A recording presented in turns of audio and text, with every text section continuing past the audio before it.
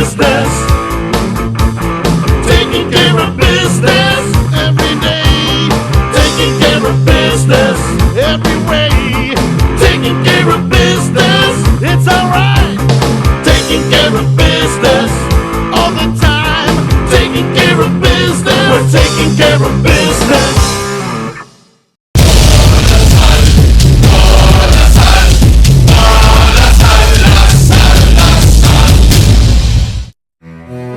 Let me be the change I want to see, to do with strength and wisdom all that needs to be done, and become the hope that I can be.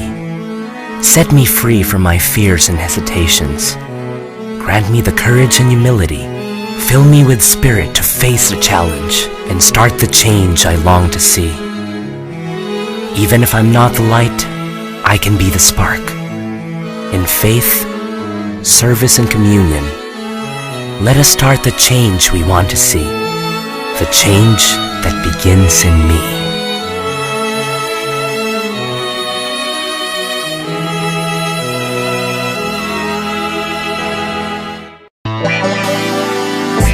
You've got dreams, oh, you've got visions. Now's the time to do it. From deposits and loans to investments, cash management, and insurance, we'll energize your life. RCBC. Excellence, that is our passion. We do it with innovation. Do it with energy. Do it with RCBC. Member, PDIC and BankNet.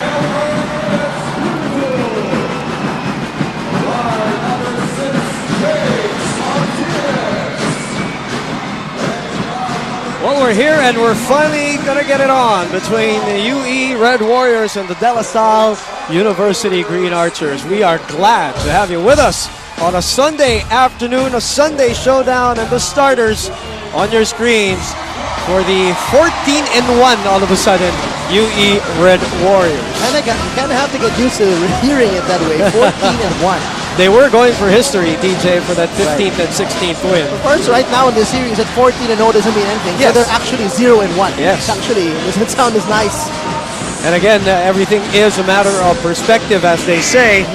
The goal is still to win the championship. Coach Franz Pumaren, or actually Coach Dino Pumaren said, we've won 14 straight.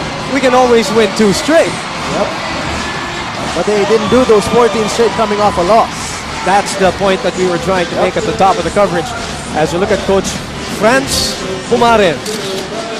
And Game 1 winners, ladies and gentlemen, has won the title 9 out of 13 times, 69%. For Franz Pumaren, I think he is 4 out of 6 for 67%. So numbers and the odds going towards Franz Pumaren, of course. Look at another starter so far. Only UE with a minor change. Elmer starting Espiritu. lineup. Elmer Espiritu is in the lineup right now in exchange for Larry Llagas, who started the game number 1. And I think it's a big thing for Espiritu to start because he had a really bad game. Yeah. He only had 2 points. You look at Llagas, Gregorio, Espiritu, and Canizares. All those 3, they only combined for 6 points in game number 1. But they normally would average a combined 20 points a ball game. So he lost about 14 points on average from those 3 guys alone. It's just so different when you're in the finals already and LaSalle going through the ringer. 2 games that had this kind of an atmosphere. They've been here, they've done that. For the UE Red Warriors, Game 1 was their first dip into the swimming pool, so to speak, and testing the waters. And now they know how it feels. That's why we want to see how they're going to respond in the first quarter. Might tell the difference between these 2 teams as Corcoran shoots a 3 air ball. And it will be turnover number 1. It's something we are going to look at, DJ, all throughout this game. We're going to count them for both teams as LaSalle had a really good game. That's their average. Having 15 turnovers. Yes. And T.Y. Tan, one of the guys who had 29 minutes in that game, actually had only 1 turnover. And for the amount of ball handling that he does, that's an impressive number. And when I took a glance at UE's turnovers, a lot of their turnovers came from their big men rather from their guards. All right. Well, that's a point that we will look at all throughout this game. T.Y. Tan in the first LaSalle possession here at the Araneta Coliseum. It already sounds like the last possession. I know. That's the UAAP for you. Every possession is crucial. And Casio gets away, breaks away. Still no goal for LaSalle. Casio again with another teardrop, still short.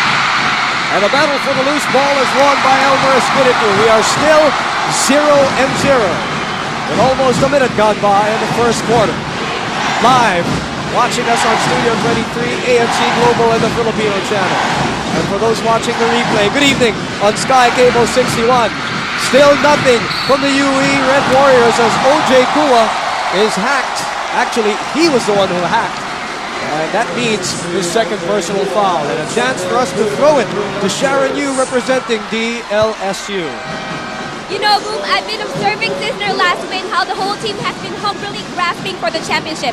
Actually, yesterday in practice, Coach Franz told the team, let this be our last practice this season, as the whole team applauded in agreement. And for the battle plan today, defensively, the key is recognizing what they're trying to set up. Offensively, let's take care of the ball, but also push the ball. In ending, Coach said that people don't remember the second place team. Maybe the fourth and third placers, the champion, but not the second placer. We're in a position to win. Let's take it. Over to you, Boom. Thank you, Sharon Yu. Yes, DJ. Well, that's an excellent point. Very few people really remember second place. Yeah, it's true. Not unless you finish second place like 3-4 years in a row, which is something that they actually tasted before their big run with Coach Franz about it. They lost so many years in a row to the US team. Samsung courtside update with Samsung. It's not that hard to imagine. There's actually a point also to be made that sometimes, you know, even if there's a battle for third, they remember the third placers because they came in with a win. Well, compared to the second placers. First personal foul on Mark Corporan.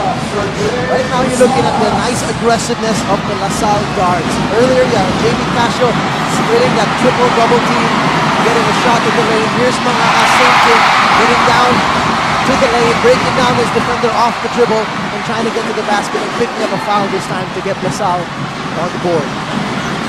Are they? Not yet. I don't think so. Try on the board, yeah.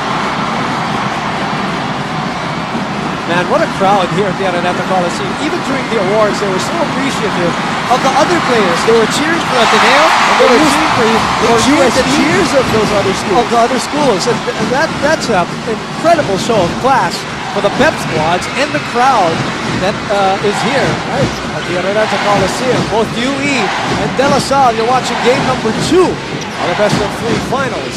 DLSU is ahead by 1 point. Martinez has not found his range yet here in this game. JB Castro on the run, surveying the field. No option to go to. D.Y. Bang thought about it. Zigzags and is blocked by Gregorio on a wild play. Corporan. They didn't call it. Yep.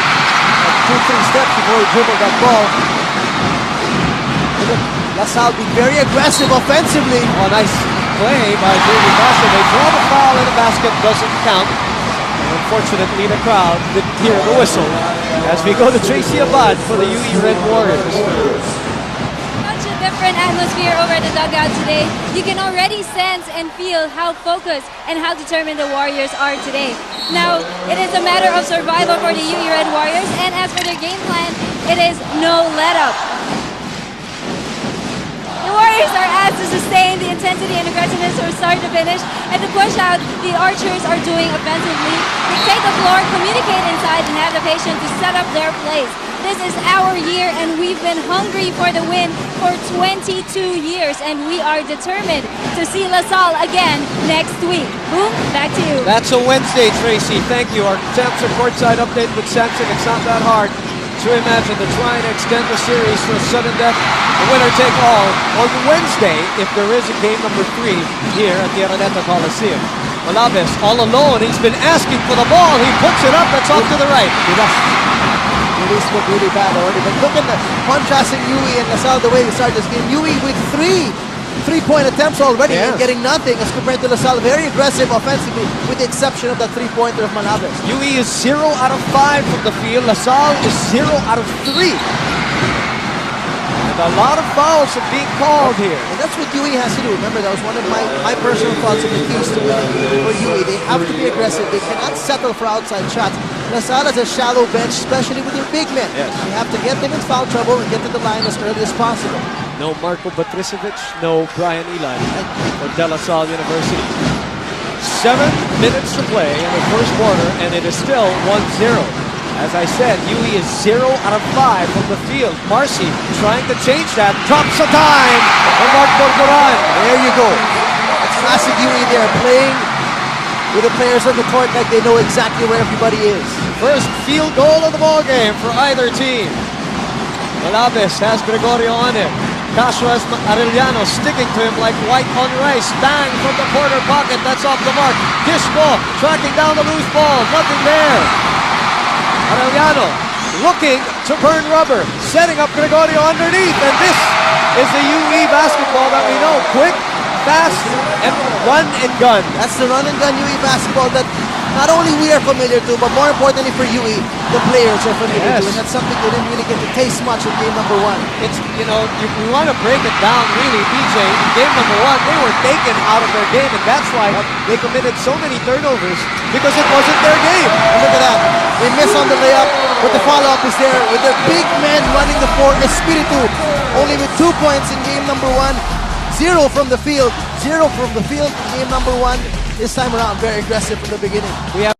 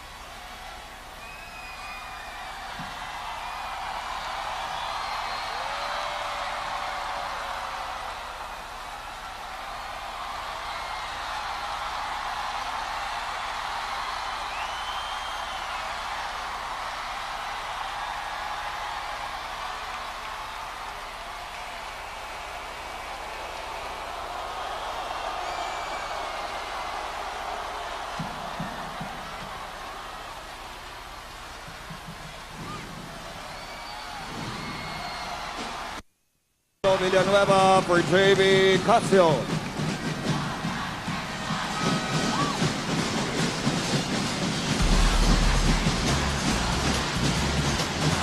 Back here at the Araneta Coliseum, Mayor Lim.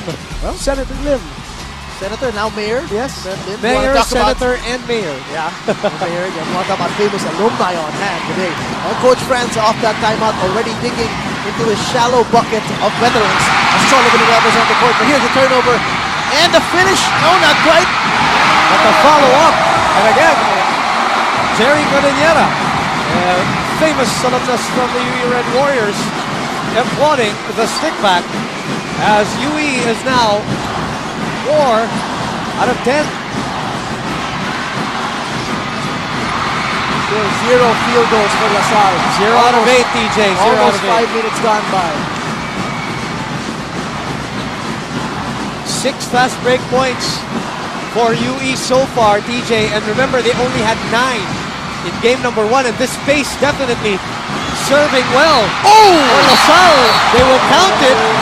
I think it was on its way down. Yung release naman Nico, hindi naman normally palobo yun. Normally, inalagay na lang yun sa ring. But still, you'd applaud that if you're UE. Yes. Because of the aggressiveness and the intensity on defense. It's a message. You love the energy of Elman Espiritu in this game. Finding it a goaltending, but that same kind of hustle has converted 4 points already in transition for them. Sharp call, caught on our slow-mo, brought to you by Smart, the power to lead. So it is now 8-3. With everything that has happened, it is only a 5-point lead for the UE Red Warriors, but 6 points off transition for the guys in white and red. Under 5 minutes to play. Cañizares gets the step. And a rebound. That should be foul number 2. Cusco? No. Yeah. Cusco. So Meyerhofer now and PJ Walsh will make up the bigs for LaSalle as we see a cool and clean steal of the game brought to you by C2. And Cañizares unable to finish, but Corporan was there to clean it up. T.Y. Tang, the only starter left on the floor now for Coach Franz. They want to go up top on that play. Very familiar play even from last year, TJ, for the UE Red Warriors. You don't want to gamble too much. Only if the back screen really hits the guy and gets that cutter wide open on the cut. Again, LaSalle trying to run with UE. They get the bounce on that sequence. And all of a sudden, it is 8-5. Their first legitimate field goal of the game, courtesy of T.Y. Tang, the guy who was red hot for them in that fourth quarter with 9 points in game number 1. Martinez forces the action and is called for a foul. The aggressive foul called on James Martinez. So far, LaSalle is responding well off that timeout of Coach Franz Tumarang, and you want to see that happen right away off a timeout, especially in big games like this. And the early goings too, as both teams are trying to set the tone. And in game number 1, Coach Franz Tumarang has observed by a lot of people dictated everything. The pace, the substitution patterns. It was Coach Tito who kept on adjusting all throughout. I agree. Malaves trying to be aggressive. They drop it to PJ. PJ has nowhere to go. They have a lot of time on the floor and a bailout foul on James Martinez. That is his second personal. The junior, the UE Red Warriors.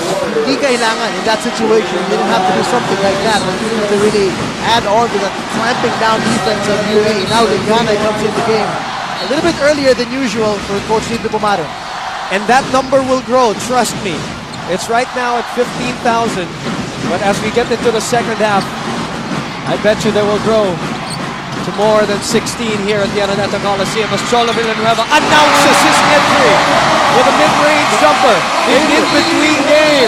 He loves that set shot from 15, 18 feet, especially on a drive and kick situation like that. And it's the veterans again of LaSalle responding with a Samsung timeout now upon us with Samsung. It's not that hard to imagine. Back in a moment.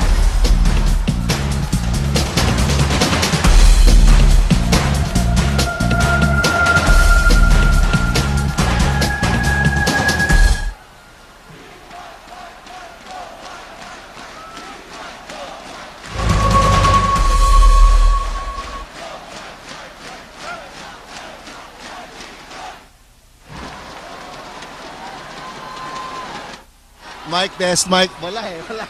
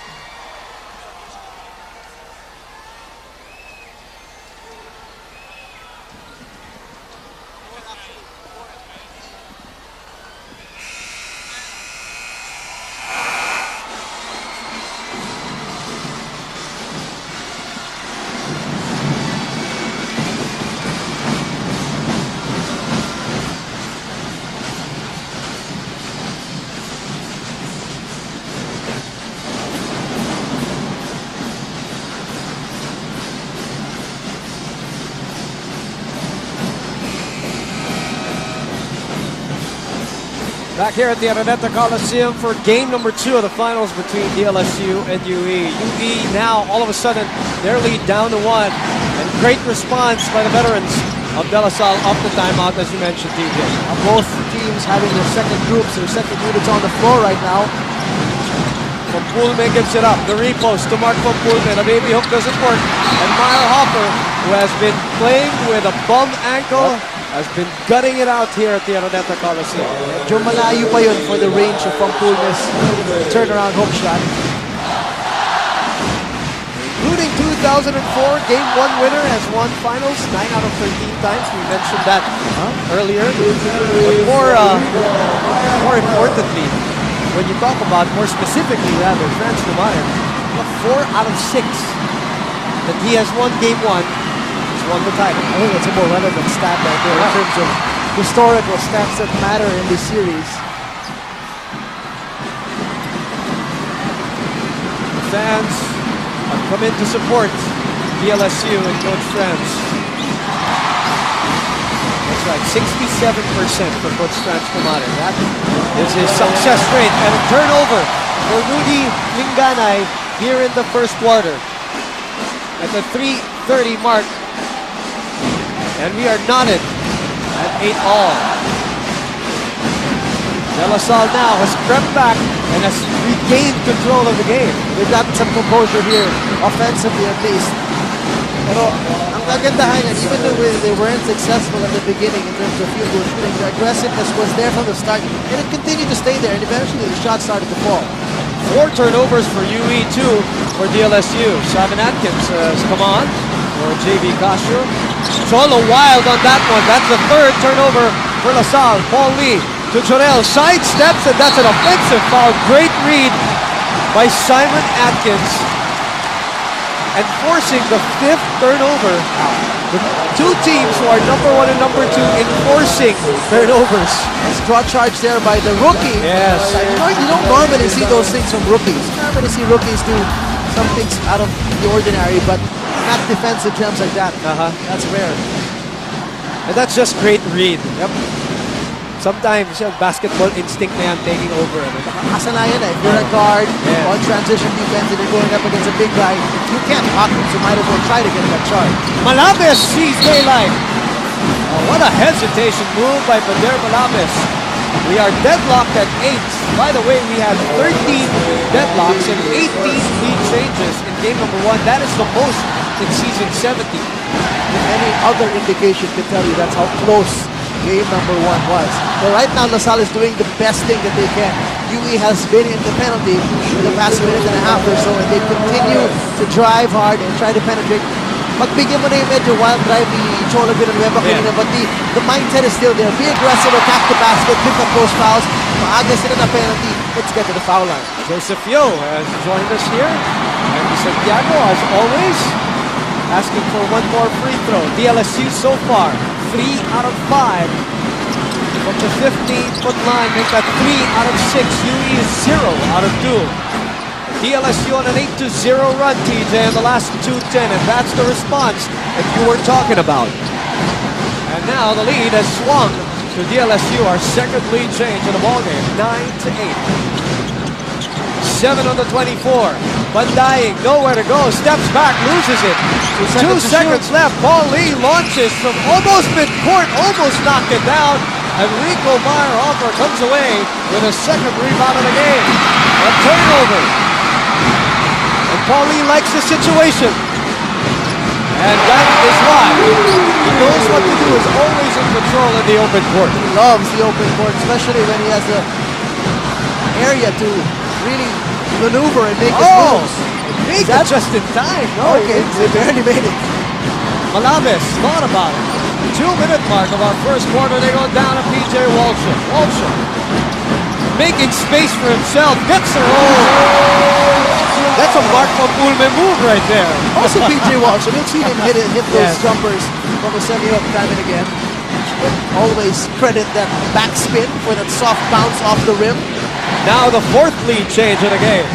Linganay settles for the pull-up. Nothing there, and Meyer-Hoffer make that Villanueva tracking down the recovery. 1:35. first quarter of game number 2 live at the Araneta Coliseum. Malabes free from the corner. Meyerhofer doesn't give it up. Simon Atkins puts up a 3. That's long. Linganay, no backup. Waits for more troops to come back from Bulmer from 16, but there's a foul which will negate that shot. And the foul on PJ Walsh was first personal. But over the limit already, both teams. It's been a bit of a long first quarter with the amount of fouls that we've called. So tuloy, nakapagbalik pa sa buffet table yung starters ni Coach Dildo. Arellano's coming back. Yep. So is Mark Borboran coming back in the game. And Hans Tiele, who has loved going up against LaSalle. 16 rebounds in that second round meeting. And the last time out, he had another 16 rebounds, 9 offensive rebounds. That's almost the same from his first. That's right, it's actually the same. 16 of the rebounds, 9 of them offensive. But interestingly enough, he did not have too much success offensively. He only had 1 field goal from the 2-point range, 1 out of 3. Out of all those offensive rebounds. Manong Derek is here, right behind the bench of UE. Also here, of course, the wife of Coach Nito Pumare. LaSalle on the run. Cholo Villanueva controls his momentum. And how about Disco getting the lucky bounce? Big men of LaSalle making good shots, not making them perfectly, but they're getting benefited with the good bounces. Ang laking bagay, TJ, yung pinagdaanan nila sa step ladder. You know, going to 2 tough games, pressure-packed games. They grew a lot. I think they grew a lot, especially the younger guys in LaSalle. Yung mga hindi mo mababayaran talaga. I mean, yes, that was what they would say, the chink in the armor of UE going into game 1. I'd say the guys, the players from LaSalle really benefited from those crucial games na mga knockout situations. One is Malabes. Definitely Malabes really grew up in that series. Guys like Ferdinand, guys like even PJ Walsh, and even Simon Atkins, who had that crucial 5-point stretch in the second quarter against Ateneo in their second game. They really matured a lot. Sometimes you can just come out of a small situation into a much mature player right away. And in a crowd, the last game, more than 23,000. For rookies like that to experience it right off the bat, going into the finals, probably they would think, we've done that. I mean, we already had a taste of it. Pampulne is short. Tiele tried to track it down. 0 out of 4 UE from the free throw line. LaSalle is 3 out of 6. 5 of 18 from the field, while LaSalle 5 of 14. Now UE is now 1 out of 5. Oh, that's right. Pampulne.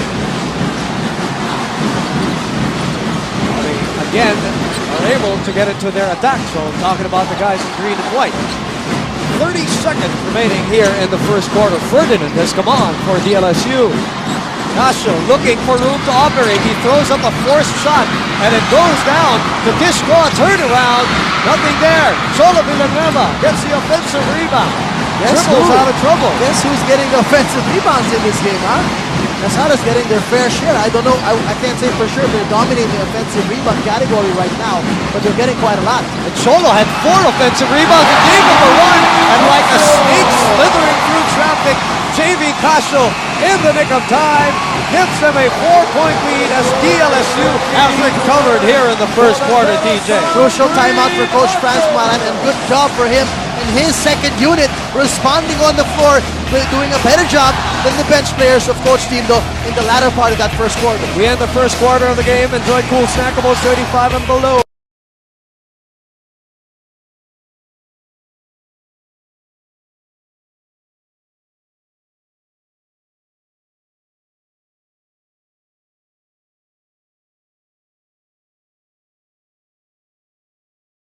Moment with your second quarter at the Araneta Coliseum.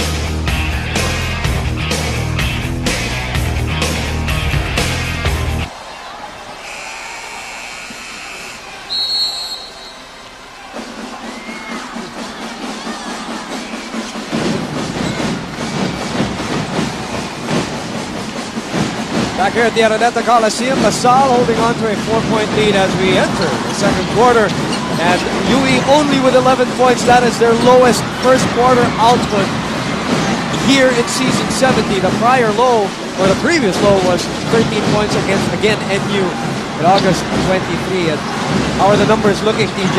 Not for so, both teams? not so good for UE. They only had 27% field goal shooting as compared to LaSalle's 35%, much better. And again, we saw it at the midway point of the first quarter. LaSalle called that timeout and they really responded so well to that. Siguro, medyo nakabawi sila sa strong start ng UE and they themselves got a good second win there.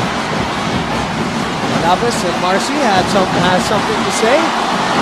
Players stepping in. Well, it was an offensive foul on Malabas. That was a clear call. It knocked down Arellano. Arellano wanted to get up quickly, even though Malabas wanted to stand over him.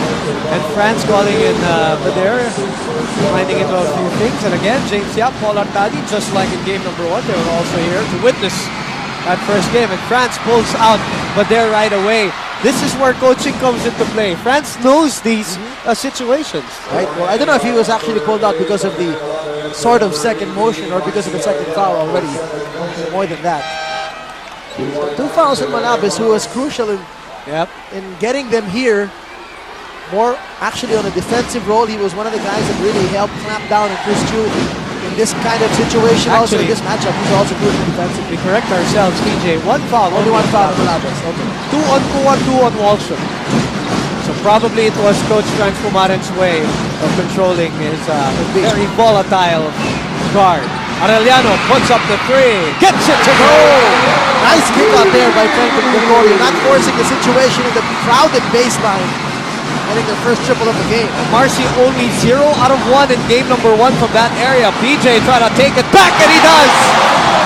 PJ Barua off the bench nailed a three-point shot as he got out of the bench in game number 1. Good for that. And it is 18-14 with 8:27 remaining. Arellano against Casio. That has been the premier matchup in the finals. Llagas finds underneath. Delvin Gregorio gets creative by the back door. You like the passing of UE here in the second quarter. Both their shots have come from good assists. EY Tang is back on the floor. Casio gets that crossover dribble taken, forcing the turnover. UE is on the run, 5 on 4. Linganay from up top puts it up. That's long. And the rebound goes to EY Tang. Gane was decked after that shot. No call on that foul or non-foul. EY Tang from 16. And here comes Llagas trying to field that pass, but EY Tang breaking it up. Llagas recovering. Good hustle there by EY Tang. Even though he didn't get that steal, he stopped that play. They go back to Patty. Patty travels. Good call right there. Good call. They should have brought it back to their point guard and really set things up there, as that attempt on that fast break was already botched. 7th turnover for the UE Red Warriors. 18-16 is our score. Let's look at this. KFC Assist Delivery brought to you by KFC. Plus you can try the new fully loaded meal. All your KFC favorites, 1 box. Lead is still with DLSU, 18-16. Pressure is on, and they're trying to force another turnover. JB Casio getting his younger teammate Barua to beat the pass. You can't run away from the ball and expect the ball to come to you without any resistance from UE. EY Tang against James Martinez. They were going at it earlier in the first. Almost another turnover. LaSalle recovering with 14 on their 24. Let's go to Sharon Yu quickly now from the LSU. According to coach, let's continue moving the ball around, less one-on-one plays because we cannot beat them up a dribble. More often than not, let's hustle back on defense and not allow them to convert layups. Coach told Ferdinand to get the ball underneath. That way, there will be lesser chances for him to get blocked. Unlike their previous game, UE may be leading 15-13 in terms of total rebounds during the first quarter, but they are not dominating. Over to you, Boom. Which is a stat that, thank you Sharon, a stat that me and Coach Franz were talking about, the interview at the end. They were out-rebounded to what, 29? Yep, 60-31. But the most important rebound, the offensive rebound by Rico Meyerhoff. 2 rebounds. Also the defensive rebound of Malabas in the last shot. Excellent point, TJ. So they got the rebounds that mattered most. As they say. as they've been saying, actually. But getting the wins that matter most. Espiritu tries a three that turns out. 6:40 to play. Arabia CBN Sports, Boom Gonzalez, DJ Manotok, Sharon Yu for LaSalle, Tracy Abad for UE. Meyer Hopper draws the foul. He's really good at picking up those fouls. He kind of jumps sideways. You know? He doesn't jump straight up. He jumps into the lane sideways and really susceptible to a lot of contact from either a body or an arm. Elvin Gregorio called for his first personal. Rico Meyer Hopper with Martin Corporad and Jamie Casio, all part of the mythical 5 selection of the 70th season of your UAAP. Of course, we all have talked about the fact that Rico was one of the major candidates for MVP prior to the start of this season. Because of the success that he had, helping LaSalle win some titles in the offseason. Gary V, on hand again. He was pretty excited and stoked for this game number 2. As Rico Meyer Hopper converts 2 for 3 points and a 4-point LaSalle lead. 6:30 to play. How about the bench points for DLSU? 15 and only 3 for UE. And that's Paul Lee and Mark Pampulbe. And in game number 1, it was actually almost the same story. Look away pass. And the deflection from Jorel Canizares. Well, you like the way LaSalle is crashing the boards defensively. They're boxing out as a team. Gang rebounding, gang boxing out. They have to help each other down there. They're not focused anyways on a lot of fast breaks. So even the guards should go down in the paint, help box out, help get those rebounds. Gang almost looked for that attempt. Meyer Hopper likes that shot. He puts it up and in. Didn't seem to have a nice rhythm on that turnaround, but nonetheless still got the shot to go. You know, DJ, that was all risk right there. Yep. Again, playing on a bum ankle. 22-16. The UE Red Warriors. And we go down there right now. Tracy Abad. Tracy? The UE Red Warriors were told to contest and also to block out the players of De La Salle. Now, Coach Rico Pumaran mentioned that they have to settle down, to relax, but to remain to be on their toes at all times. Now, the Warriors should remain to be under control and for them to execute the plays. So far, UE's been giving De La Salle Green Archers so many easy baskets, and this should be prevented. He asked them, bakit kayo humihinto? He reminded them of their game plan. No let up and do not give up. Boom, back to you. Thank you, Tracy. We go into a Samsung timeout. We'll be back. Hang on in there.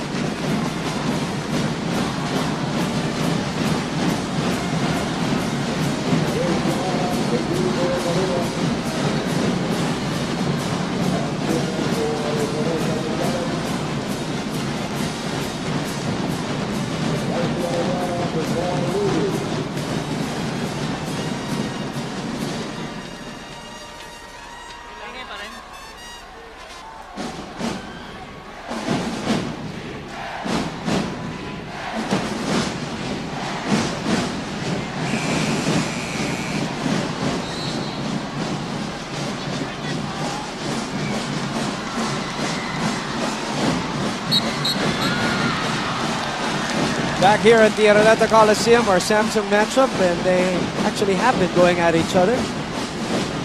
T.Y. Tang, James Martinez. And those were not the points in their game number 1 matchup because T.Y. Tang had the top scoring 17, performance of right? 17 points in that game.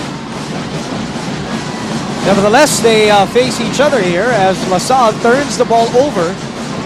They have 6 right now, while, sorry, correct that. That's 5 turnovers, 8 for UE. Yeah, they thought about it, and that's turnover number 9. 9 giveaways here in the first half. Well, 3 seconds is a violation if you stay too long. It still is a turnover, even though technically you didn't throw that ball away.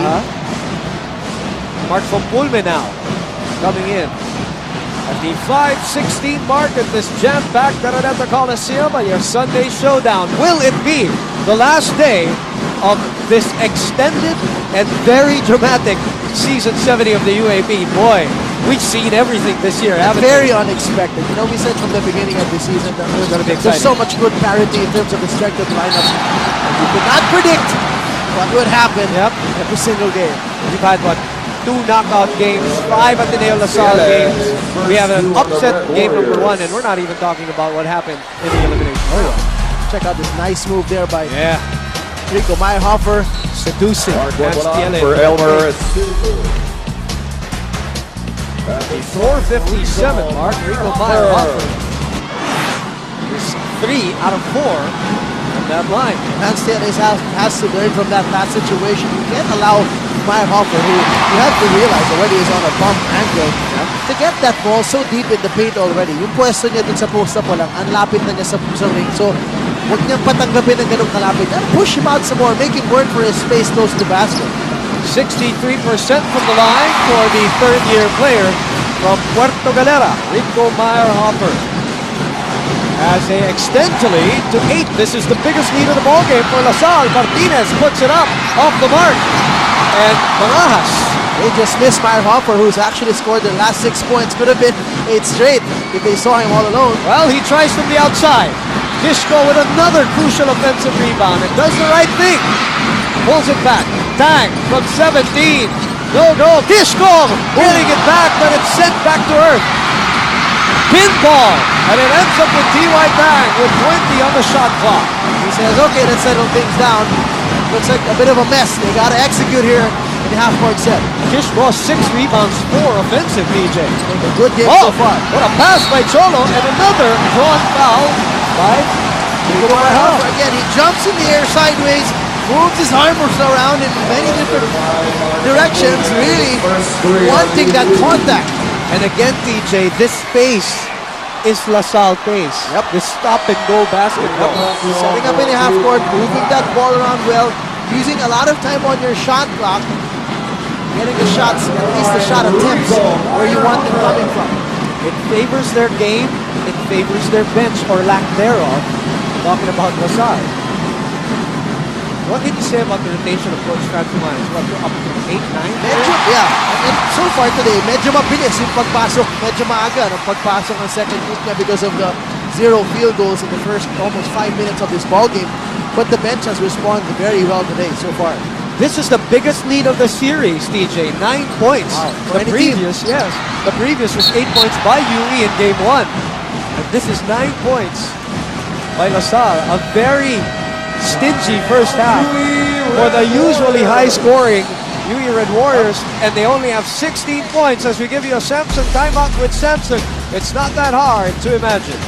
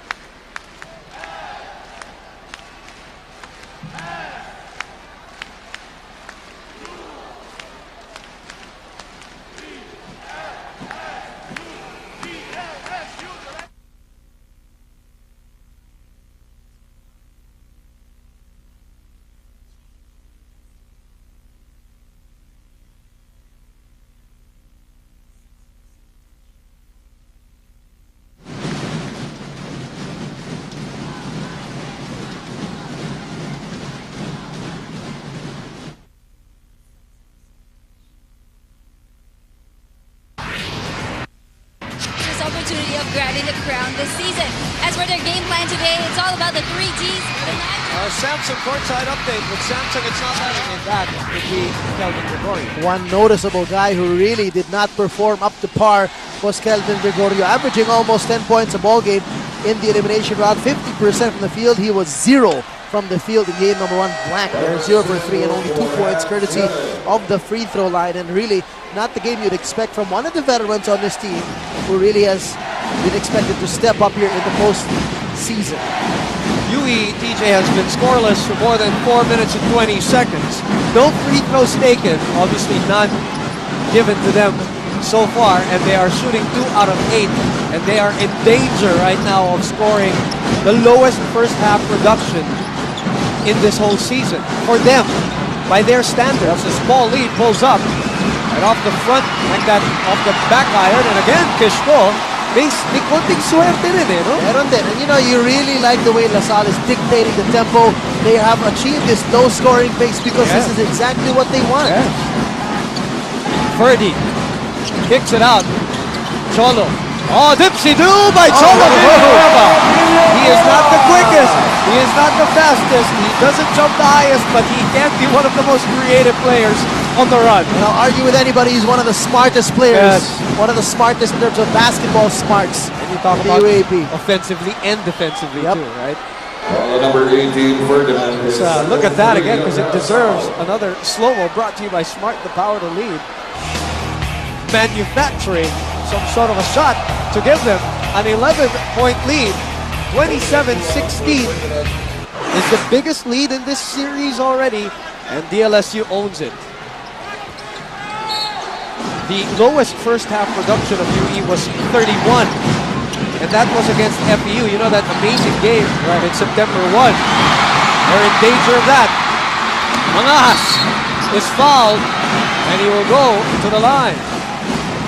Just exactly what Coach Franz wants. If the situation presents itself, then we run, then we attack. They got that steal. They saw the numbers 3 against 2. They saw the matchup on the 3 against 2. Kaya nila, and they attacked it right then and there. And Mga Ash will go back to the foul line, which has been kind to Salle. They have been benefited in so many free throw attempts already in this game. That is the 10th turnover of the UE Red Warriors. And at the half of game number 1, UE had 12 turnovers as we look at Ambassador Kenny, as usual, loves the UAAP. Very passionate about the UAAP. She's here on hand, part of the now 16,000 at the Araneta Coliseum. Mangas gives them the biggest lead of the game and the biggest lead of the series, 28-16. That was the 11th and 12th free throw attempts already for Salle. So you credit that to their aggressiveness of wanting to go to the basket. Espiritu. Ball again loose, but UE recovering with 8 on their 24. Paulie getting creative, doesn't get the roll. And it will go to Salle. A foul is called on the rookie from San Sebastian. The rebound going to Cholo Villanueva, the lone green shirt amongst 3 white shirts there. So, as you said, the design is there, pero may konting swerte naman yan. The ball is finding its way into the hands of the green shirts. And you know what they say about luck, it favors hard working. And so far, Salle has been working hard. At 28-16 with 2:43 remaining here in the first half. And Cholo Villanueva, again as you pointed out, free throws will be given, slowing the game down and then getting the points that they want. And for the players of Salle, this benefits them because again, they have the shallower bench. You want to keep their starters on the floor longer. Earlier, Sharon reported about the advantage of UE over Salle in terms of rebounding. They have turned the tables already, DJ. 24-20. Salle leads the rebounding. And another turnover, the 11th turnover for UE. But unproductive on that thrust was JB Castro. The last field goal of UE was at 8:18 of the second quarter. And that was at 2 points of Gregorio. Exactly.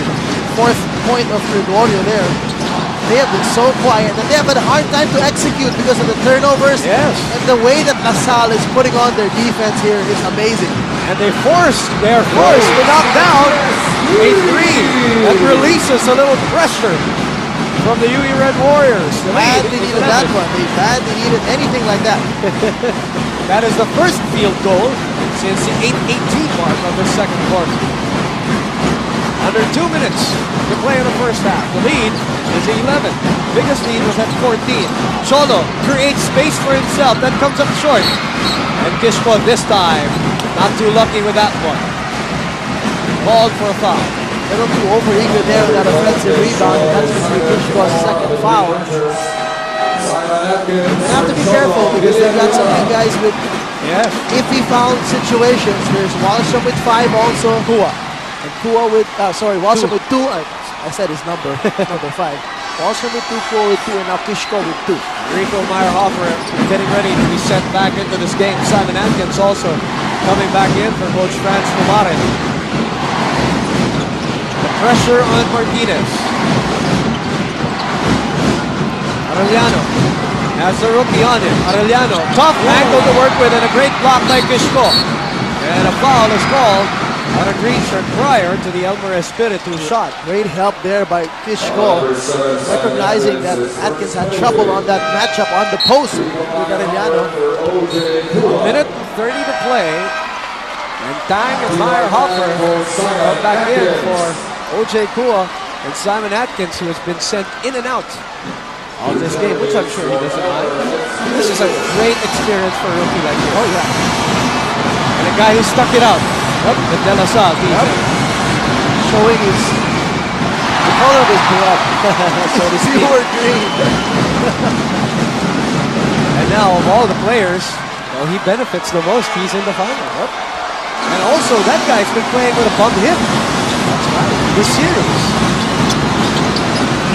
Espiritu knocks one down.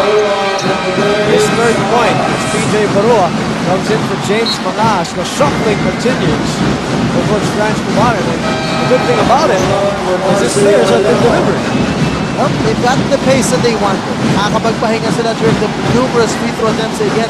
They've been playing some good transition defense, not allowing UE the wear time that UE gets to attempt a fast break defense. 16 attempts for DLSU from the line. 11 conversions. While UE's 2 out of 8. Meyerhofer readjusts. 7 on their shot clock.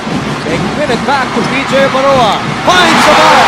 Puts it down. Instant offense once again for PJ. Well, UE tried a 1-3-1 zone there, and if Salle really gets to move that ball well on the perimeter, they're going to burn UE with those corner buckets. This guy is ready to shoot any time. Even in game 1, as soon as he came off the bench, knocked down a jumper, plays defense on Jarrell. Gregorio with an offensive rebound. And they reset the table with 40 seconds remaining in the first half. 33-20. 27 bench points for UE. Sorry, for De La Salle. And Gregorio with a big triple to cut the lead down to 10. And that probably now will be their lowest output for the season. Yep, BJ. So far at half. At the half, that's right. Dang, zigzagging, gets away, adjusts, sends it out. Barua again will put it up. He's blocked. 4 seconds. And Rico Meyerhofer again able to draw a foul. Why?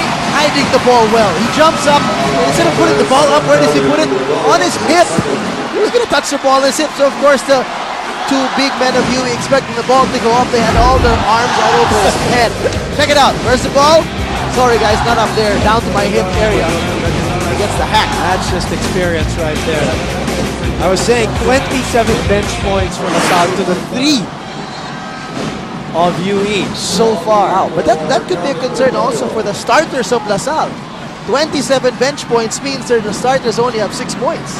And those starters include D. White, Yes. JV Casio, who else? Mangajas, Then there's Ferdinand. They better pray that There's Kua. it won't be a close Yeah. ball game because they will have to finish off the game for them. And I'd say two of those guards right there were big names in the crunch time for them that they need in the fourth quarter. Tang and Casio have not been major factors so far. Maybe hindi pa kailangan. You might want to argue that, Yes. but you want to get them in a good rhythm Yes. because you're going to need them in the end game if it goes close. Well, you mentioned 6 starter points only for LSU, 20 for UE. My offer will move out again for OJ Kua with 7.7 seconds. Obviously, they didn't want to risk the extra foul, the unnecessary foul. Arellano serving, probing, driving, putting it up. Nothing there. And Atkins will hold down the rebound. And UE's 23 points in the first half, second lowest output in the first half by any team this season, and their lowest in the first half of 70th season of the UAAP. As we have the second quarter of the game, enjoy tasty.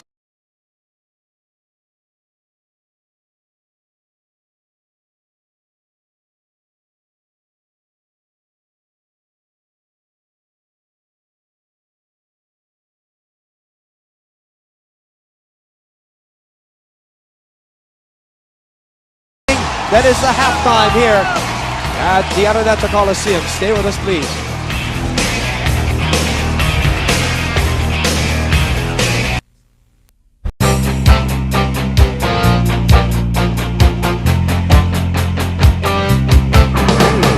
Taking care of business. Taking care of business every day. Taking care of business every way.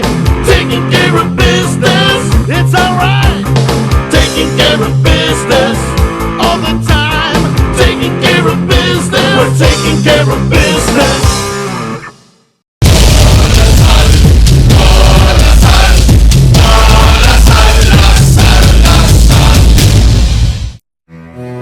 Let me be the change I want to see, to do with strength and wisdom all that needs to be done, and become the hope that I can be. Set me free from my fears and hesitations. Grant me the courage and humility. Fill me with spirit to face the challenge and start the change I long to see. Even if I'm not the light, I can be the spark. In faith, service, and communion, let us start the change we want to see, the change that begins in me.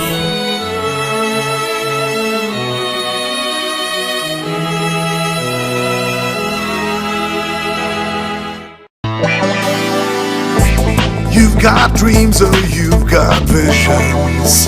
Now's the time to do it. From deposits and loans to investments, cash management, and insurance, we'll energize your life. RCBC. Excellence, that is our passion. We do it with innovation. Do it with energy. Do it with RCBC. Member, PDIC and BankNet.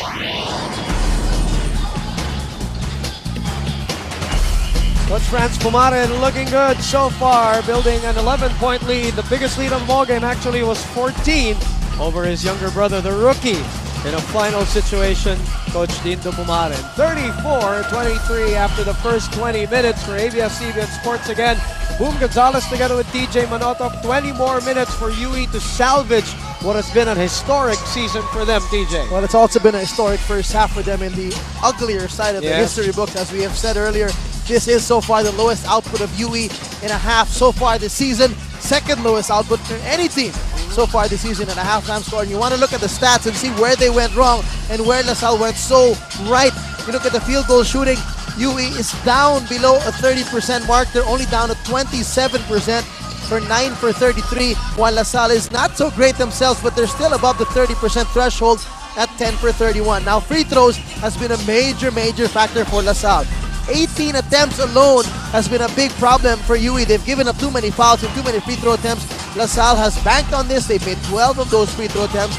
Interesting stat, rebounding, boom. We said if UE wants to win this game, they have to dominate the boards. They're not only not dominating, they're actually losing the rebounding battle 26-24, something that has totally shocked UE, I'm sure, and bench points. Look at this, 28-3. Going into this series, everybody said UE had the edge because they have the deepest bench Over everybody. over everybody in this league. But right now, their bench has not responded Even their starters have hardly responded, 28-3. But that might be a concern for Coach Franz Maran because that means his starters only have a combined 6 points. And that includes main man JV Casio and T.Y. Tan. Kelvin Gregorio coming alive here in game number 2, 7 points on 3 out of 6 shooting, while it is Rico Meyerhofer with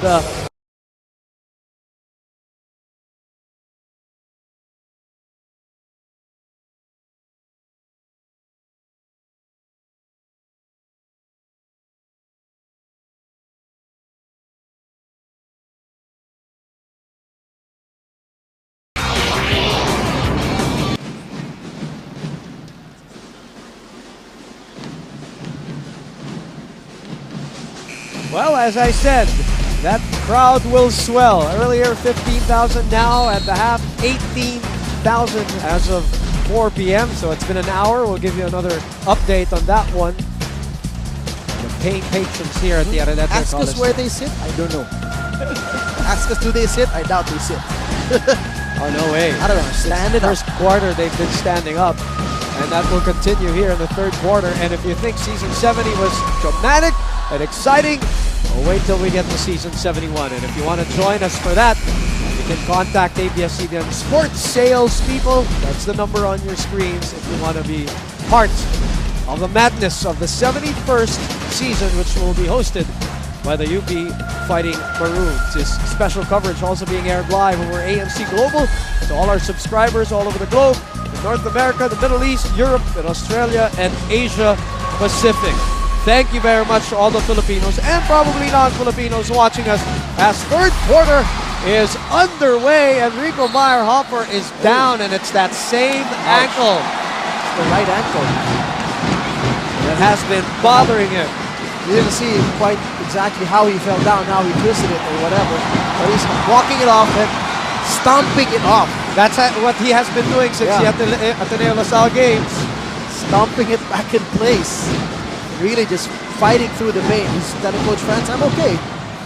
You know, in that last game, in game number 1, that was the lowest scoring third quarter of, that was the lowest scoring quarter of that game compared to first and second. So now that they only had 10 and 11 points respectively. Coach Dindo not happy with Marcio Arellano in that first play off the half. Pulling him out right away with barely 12 seconds gone by.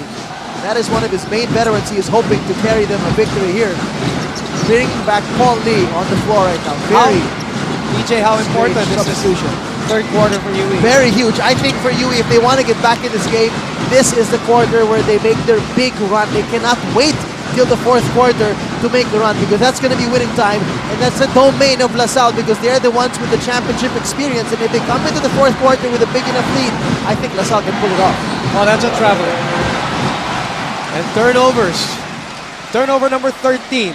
They match the number of turnovers, I believe. 14, yeah, Marcio Arellano with the other turnover earlier. The 12 turnovers at halftime was something that they matched in game number 1, while LaSalle again with 6 turnovers. Perfect ball handling for them. Well, not perfect, but almost perfect. Ferdinand forcing the issue. It will be UE ball.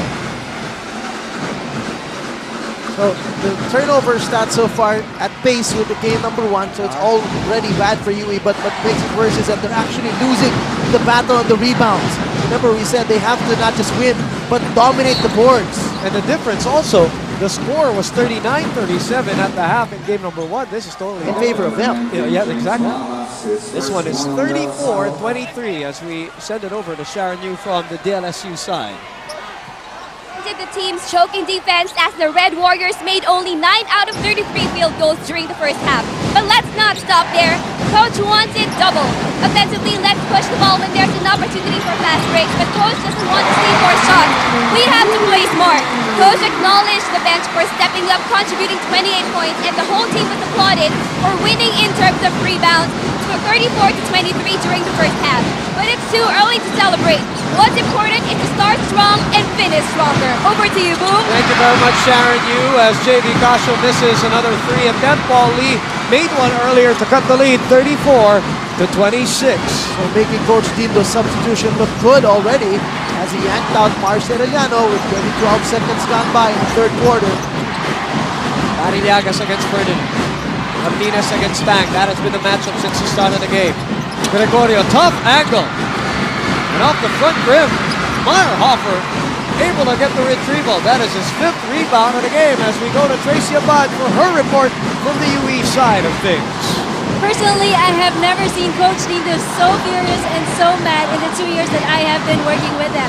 He asked them, are we scared over at the dugout? And then he pointed out what the Warriors needed in order for them to win. Number one, they have to play as a team. They have to remove that selfishness once they get into the court. Number two, they should want to win. He said that it seemed like they were already quitting. And number three, they should be confident to say that they can win. He also affirmed them by saying that they now have the chance to be the great team and they just have to take that step. Coach Lindo was nearly in tears actually, and he was up to them. He said that he was up to them to play like real Warriors on the court. Boom, back to you. Thank you very much, Tracy. Of course, you can only do so much as a coach. The rest will have to come from the hearts of your players. And that is the first 2-point conversion in the last 4 field goals of UE. They've all made 3-pointers in the last 3 possessions. And now we have a Samson timeout. With Samson, it's not that hard to imagine. 34-28. We'll be back.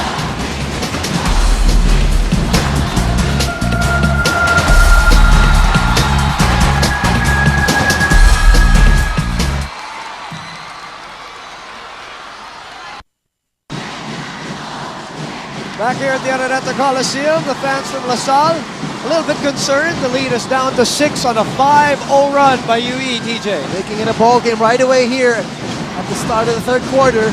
Some pretty good execution at the half. Alaves against Borboran. Nowhere to go. Sends it over to Tang from up top, off the mark. Disco trying to keep it alive, but it falls on Mark Borboran's hands as he continues to probe at the 6:30 mark of the 3rd quarter. LaSalle still scoreless. As they shift to a zone, Paulie throws it up again! Back-to-back triples for himself.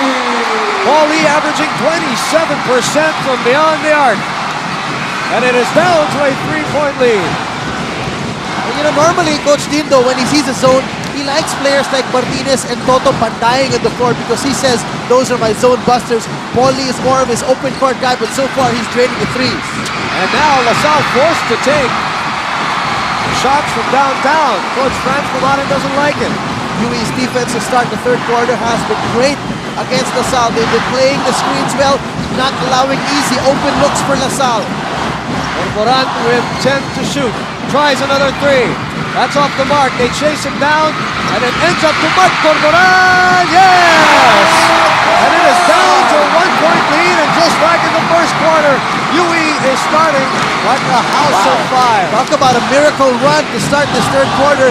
They have so far blanked LaSalle in almost 5 minutes. Again, LaSalle had 0 field goals in the first 5 minutes of the game. All right, let's quickly go to Sharon Yu now. Sharon. It's time for the ladies to tune in for our Trick Expo Cleanser, more than your usual face of the game. Check out Enstablos Eye-Catching in Green from De La Salle University, and he's 18 years old. You have to admit, this guy sure is a chick magnet. New Trick Expo Cleanser, more than your usual male facial cleanser. Thank you very much, Sharon Yu. 10-0 run to start the 3rd. Sullivan and Reva re-enters the fray. Fakes up and under move, and that breaks the run. Instant offense. They needed that badly. A 10-2 run now. First field goal for De La Salle in the 3rd. Paulie has had the hot hand with 8 points, 2 triples. Borboran turns it over, and he forces the issue on a great stoppage by LaSalle. Nice rotating defense there on that zone of LaSalle, helping out on the baseline against Borboran. Another turnover for UE, but at least those are the turnovers that you like, that they're trying something good by being aggressive, driving inside, rather than careless passes, 3-second violations, traveling, yun yung mga pangit na turnover. Meron din kahit paano sulit na turnover. I see your point. 15 turnovers. A quick run and a 3-point play opportunity. What a sensational pass and conversion by the veterans of La Salle. And again, TJ, just like the first quarter, it is the veterans responding after the timeout. And it's a role reversal here as it's Rico to JB inside. Alley-oop. Our KFC assist delivery brought to you by KFC. Plus you can try the new fully loaded meal, all your KFC favorites in a box. I stand corrected, yes, it was JB Casio. Did not waste time by putting up the shot and completing the three-point play. Only our first three-point play of the game. Wow. Either team. Untipid. Yep. 39-33. Coming up the 4:30 mark of this third quarter. Gregorio spins back.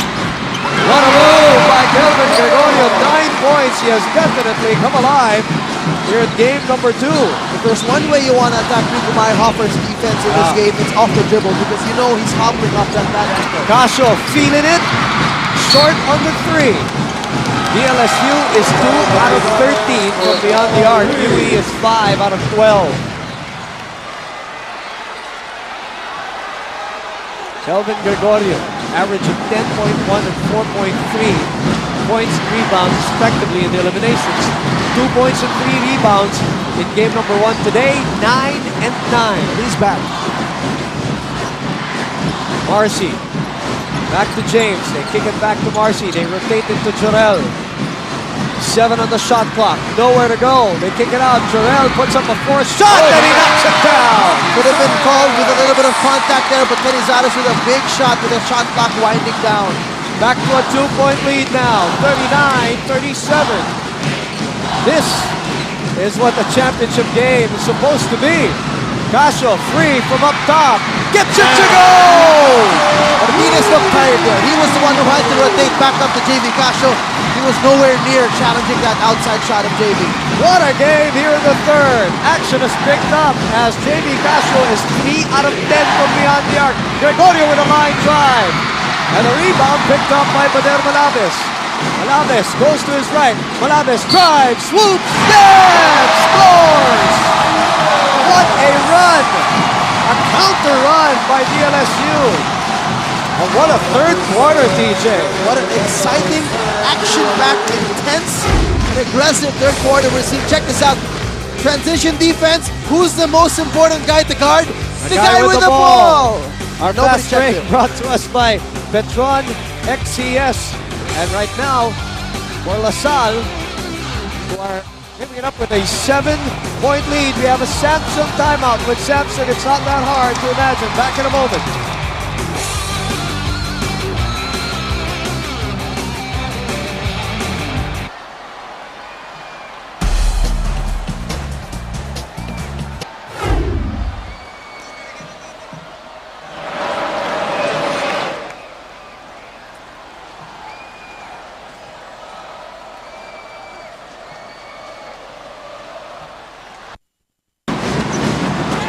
With you here at the Araneta Coliseum, but there Malabes missing the free throw of the 3-point play opportunity. 7 fast break points for De La Salle, only 6 for UETJ. Cause for concern. And those 6 came in the first quarter. Jorel Canizares saving that possession. It has been a battle of runs here in a highly entertaining third quarter. It is 34. Make that 44-39. Coming up the 2:30 mark of the third. UE trying to send this into a game 3 on Wednesday. Salle trying to end it all. Cholo loves the mid-range. Oh, look at that. With a bump to boot. Nice handoff from T.Y. Tang. And the defense of Martinez and Arellano couldn't coordinate how to stop that two-man game. He's got the best in-between game in La Salle right now. Marcy drives, gets creative, follow up by Elmer Espiritu on a emphatic stick back. T.Y. Tang running when the opportunity is there, doesn't get the roll. Kishko with another offensive rebound, and for Ko, that is his 5th of his 8 rebounds. Only 8, but the quality of the rebounds that he's gotten, it's amazing. As we look at our KFC assist delivery brought to you by KFC. Plus, you can try the new fully loaded meal, all your KFC favorites in a box. Now you talk about Kishko. He only averages 1.8 a game. Rebounds, huh? In rebounds, and he had nothing in game 1. Today he already has 8, and 5 of them off the offensive glass. He is doing a Tiele performance. in game Yeoman. 2. But at least kay Hieli, ma-expect mo sa kanya with his physical abilities. This is the KFC Assist Delivery, brought to you by KFC. Plus, you can try the new fully loaded meal, all your KFC favorites in a box. Earlier, that was just a putback by Elmer Espiritu. 46-41. Tang hounding James Martinez. Putting really good pressure on Martinez, not allowing him an easy time to set up the play. And now they're down to 7 seconds on that shot clock. Arellano short on that one. Cañizares pours it on and puts it back in. Look at Canizares, a man possessed on the possessions, and he's anywhere near that ball. Talking about wanting that rebound. Yep. It is a 3-point lead. Cholo down to Kishko. Oh, sorry, that was Bader Malabes who was the recipient of the pass. Sorel Cañizares called for a second personal at the 68-second mark. Time now for our Cannon Power Shot power play of the game. We captured Cholo Villanueva, able to get creative for that shot. Gorgeous move. Iwi na siwas ang tira. Dipsy-do. Bader Malabes, unproductive in game number 1. 10 minutes, nothing from him, and 1 rebound. Today, that is Malabes' 4th point. As Coach Dito Pomaren is looking to stay alive. 14-0 elimination run. The streak ended in game number 1. Malabes 2 out of 2 on that trip to give them a 5-point lead. 48-43, in a minute to play in the third. Corporan drops it and loses it. Cholo trying to look if there's an option. He goes to Malabes. None on the secondary break, so they reset the table. Cholo for 3. Long. The tap going to Arellano. Yui now is the one on the run. Arellano goes to Jarrell. Jarrell. Wow. He has found the mark. 8 points all in the third quarter, DJ. This kid has single-handedly kept their team above water in the third quarter. It is 48-45 now. Villanueva from the elbow. Doesn't get the roll. Kisco tapping into himself once again. Kisco has kept their heads above water here. He is playing the game of his life. And a turnover for UE. And a foul called on Arellano. What a uncharacteristic pass from Marcy Arellano to the back of the head of Joel Canizares, who was not at all looking at the play. 50-45 is the score. The crowd of Green celebrating that turnover. Third personal on Arellano, who also has 3 turnovers in this game. And in this quarter alone, I think he has 2 turnovers. Has seen limited minutes here in the third quarter. Paul Lee, who had 2 triples early in this third, coming back in the game now for Marcy Arellano.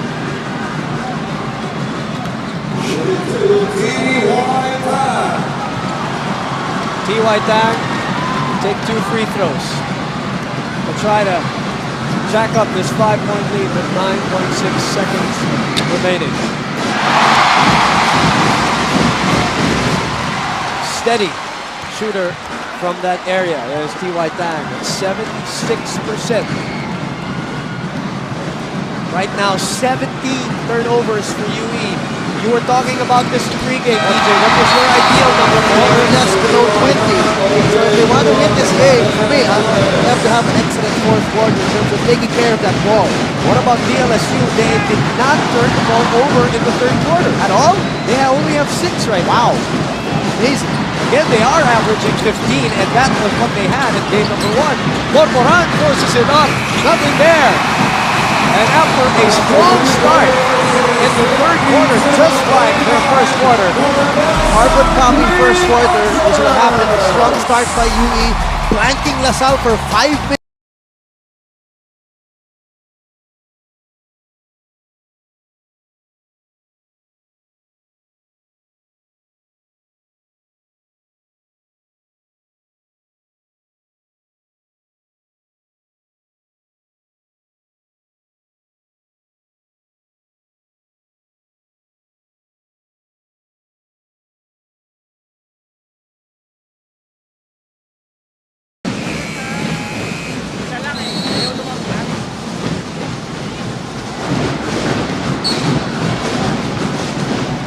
be the last 10 minutes of the UAAP Season 70? Will it be the last 10 minutes for the UE Red Warriors? Right now, they are at 45 points, the lowest score of UE after 3 quarters this season. They have been setting dubious records for themselves, DJ. Here in the finals. of all Yes, in the places. finals. Casio against Paul Lee. This is the 4th quarter now as Barua forces up this one. That's short. And Mark Borboran plucks away that recovery. Let's check the lineups. Martinez, Espiritu, Borboran, Pampulme, and Paul Lee for the UE Red Warriors. Borboran, short stab. Nothing there. The tap going back to Martinez for the 3. Yes!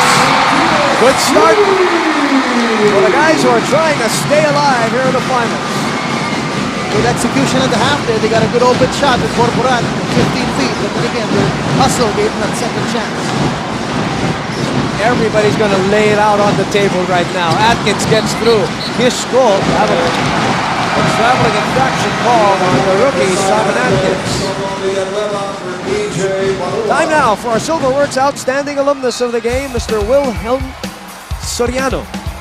From College of Law, 1979 of UE. He is the CHR Commissioner. Show your true colors with your own custom-made college rings from Silverworks. The silver that works will be giving away for the very first time a special designed UAAP championship ring to the eventual champions. Will it be LaSalle or will it be UE? Mark Borboran, double, triple for UE to start the 4th quarter, and they are only down now by 1, 52-51. Look out, talk about not wasting any time to get back into this game. A minute and 30 got by in the 4th. Casio is covered by Lee. Casio puts it up and in! What a response!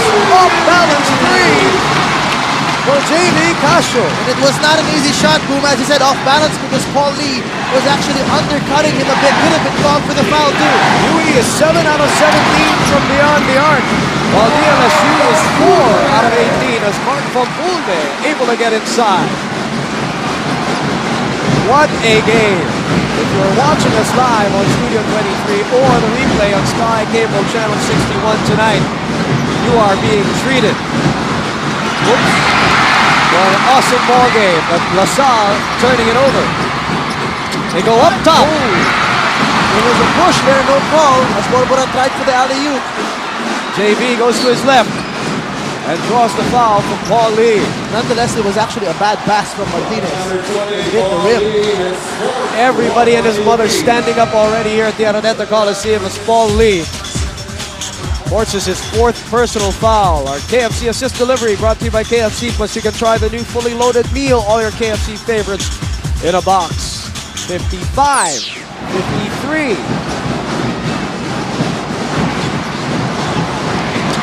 T.Y. Tang against James Martinez. That has been the matchup from the get-go. Tang puts up the 3. That's short. And the tap belongs to LaSalle.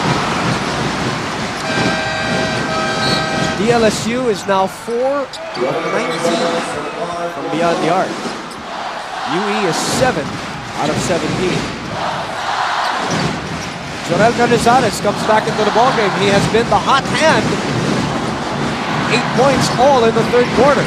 Casio against Arellano. They go down to Ferdinand.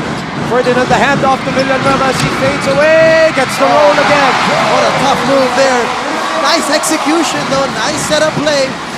Decoy at the post. Kishko not normally given leeway to operate at the post, but he had a nice handoff to Villanueva. 7 minutes to play. Let's go to Tracy Amad. Coach Pumaran likes the effort of his UE Red Warriors, and he says that they are doing a good job during the 3rd quarter. He also told them that that's the way we play defense. But he had his few reminders for the Warriors. 1, block out the players of LaSalle. 2, stay in front.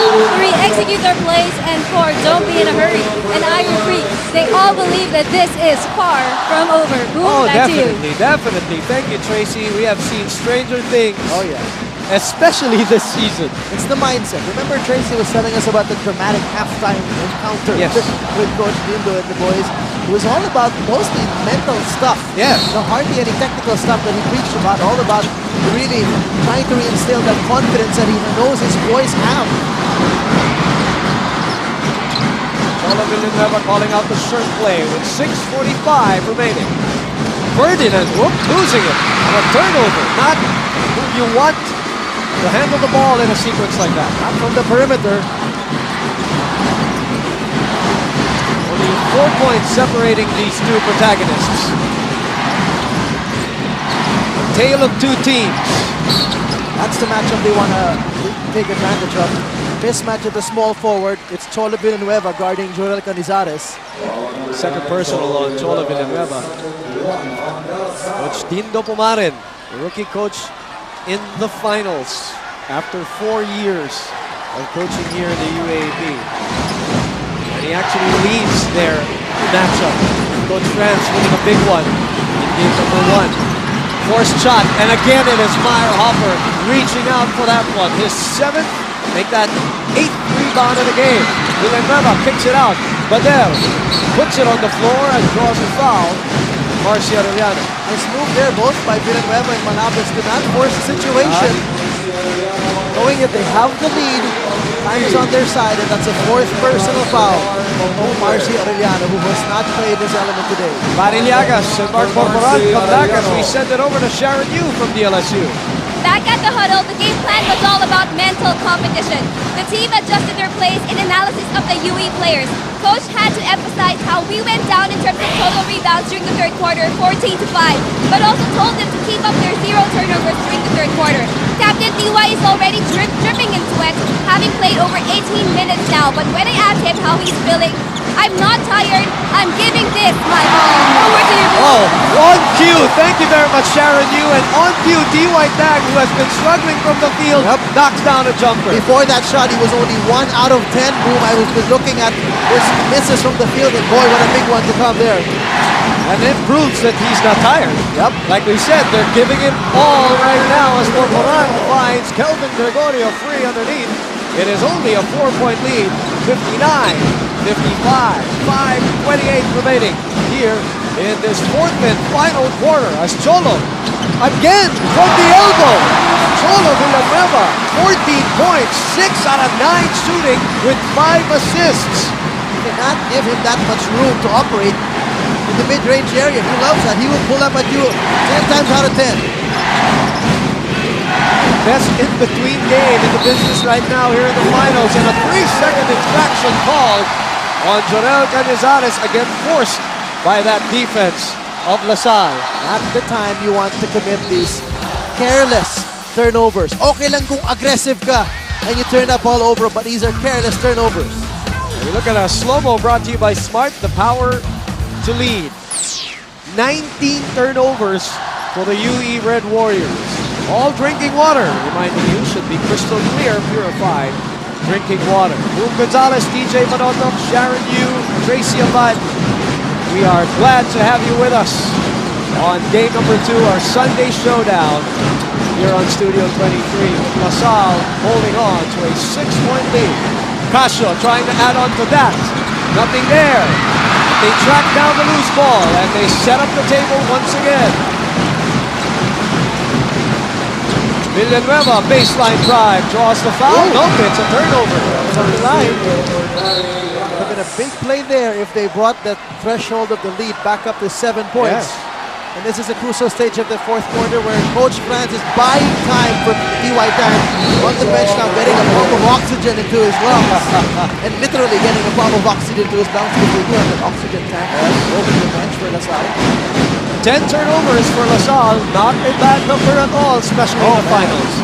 That is phenomenal for them to have the kind of maturity and composure in the final. And the number 1 team really all season long in terms of keeping their turnovers down. Foul called on JV Casio trying to snatch the ball or tap the ball from behind. First personal on the mythical 5 member. Only the 2nd team foul also for LaSalle, so they have really done a good job of keeping away from penalty here in the all-important 4th quarter. They've turned up the juice on their defensive end, but not really fouled a lot. 4 minutes, some loose change remaining in this 4th and final quarter. The UE Red Warriors, courtesy of Paul Lee, trying to strike back, and Paul Lee has difficult as you can possibly do a fadeaway jumper. Salle was all over UE that time around. Great rotation on that zone defense. UE looked tentative, and Paulie just took matters in his own hands. 10 points for the rookie. Casio almost thinking about the three. They go up top to Meyerhofer. They don't force it. Kishko gets into the lane. No. The rebound falling into Paul Lee's hands. But then Malavis trying to chase him. Paul Lee sends it over to Kelvin. And that is the 20th turnover. And that's the danger number that you were talking about. Danger zone is 20 and above for UE. What an ugly fast break attempt there for UE. Time now for our Jack and Jill fantastic moment with Jack and Jill. Life's fun. Life's fun and exciting and dramatic here in the UAAP. 3:28 remaining. Will it be the last 3:28 of the season?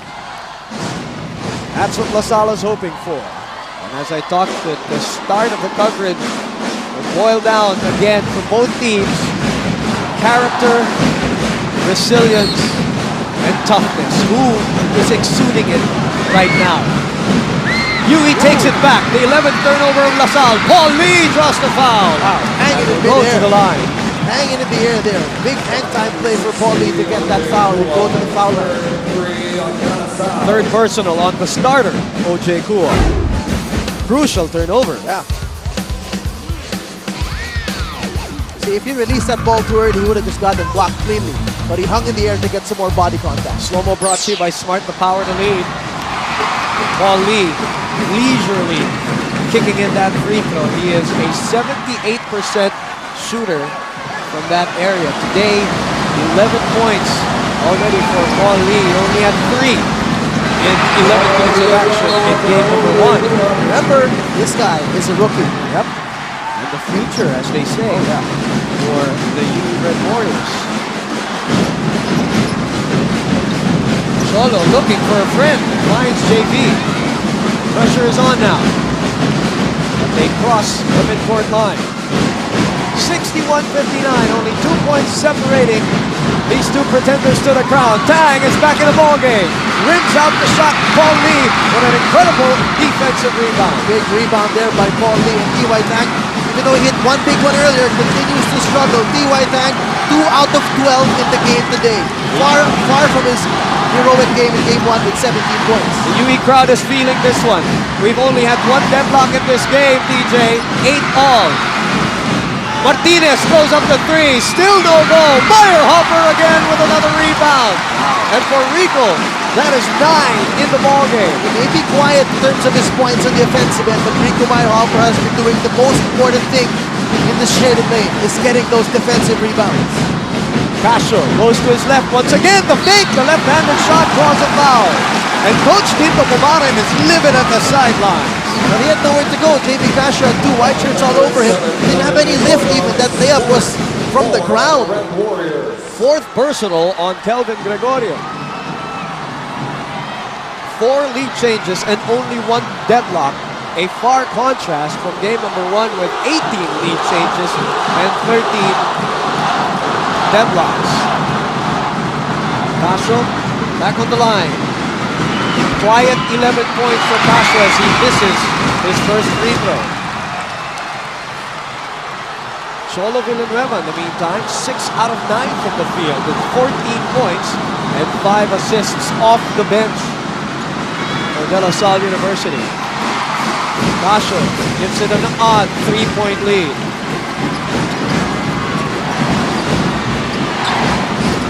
It is winning time. 2:15 remaining and a turnover by UE. 21 turnovers for the Red Warriors. That was big. Crucial turnover there by UE. And we are now at the 2-minute mark, and this being brought to us by PS Bank. Casio puts up the 3, that's short. And the rebound all alone was Elmer Espiritu. And there's only a 3-point lead for LaSalle. Boiling down again to execution. Don't be surprised if this will boil down again to who makes the last shot. They kick it out. Gregorio for 3. That's short. The rebound going to UE. Still no goal. And T.Y. Tang takes it away. Wow. Talk about the breaks. already going your way. The chances were there for UE. Gregorio with a wide open outside look. Paul Lee, the ball just landing into his hands and could not get a good grip on it for the putback. And look at this crowd rising in unison right now as they take the ball back, and Paul Lee commits his 5th and last final foul here. He was big. He has been big for UE. With the hustle points and the big 3-point shots, now he's got to leave the game. T.Y. Tang will be tested on the line here. 2 out of 12 from the field today. 12 points for Paul Lee, who graduates, and 5 rebounds. All of those 12 points, by the way, in the second half. As T.Y. Tang, all alone in that free throw line, gives them a 2-possession lead, TJ. Looked like a lonely place there amidst 20,000 people watching him, but hitting the big ones when it counts the most. And we've seen T.Y. Tang struggle before. Yes. Remember, we've seen him struggle against Yes. big teams in big games, but when come crunch time, he shows up. This is what I was talking about. 67% for Coach Franz Pumaran. 4 out of 6 times after winning Game 1. And T.Y. Tang knocking down 2 crucial free throws. Tyrone Tang playing on his last year for the LSU as we head into a Samsung timeout. With Samsung, it's not that hard to imagine.